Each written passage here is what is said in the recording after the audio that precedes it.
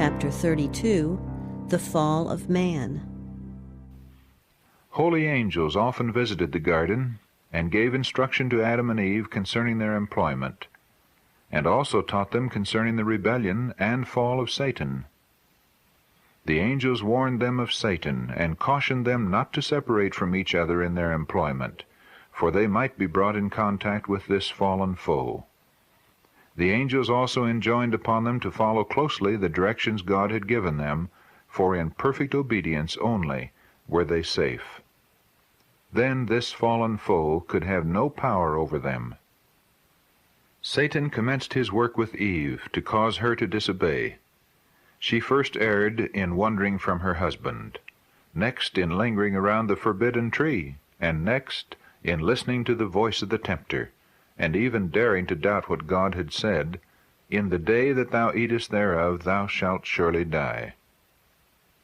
She thought that perhaps the Lord did not mean just what he said, and venturing she put forth her hand, took of the fruit, and ate.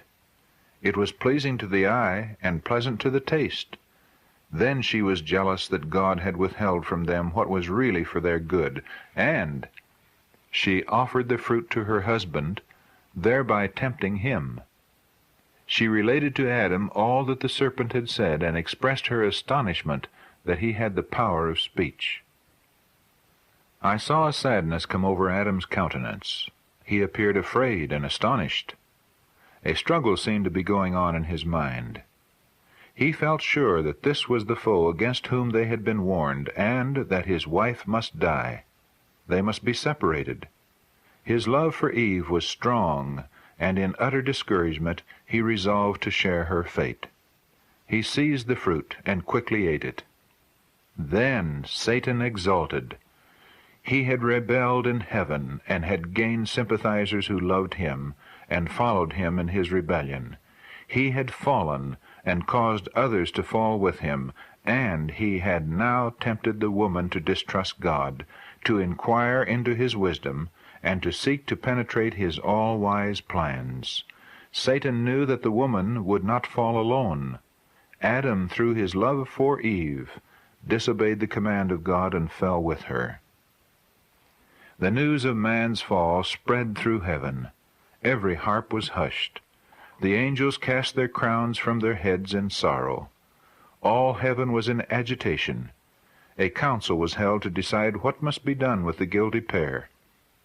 The angels feared that they would put forth the hand and eat of the tree of life and become immortal sinners.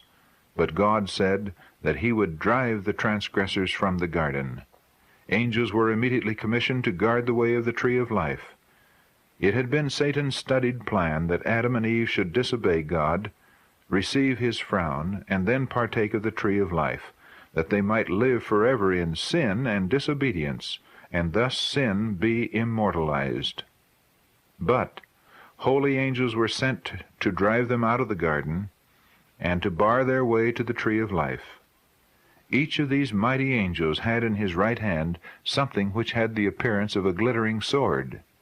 Then Satan triumphed. He had made others suffer by his fall. He had been shut out of heaven, they out of paradise.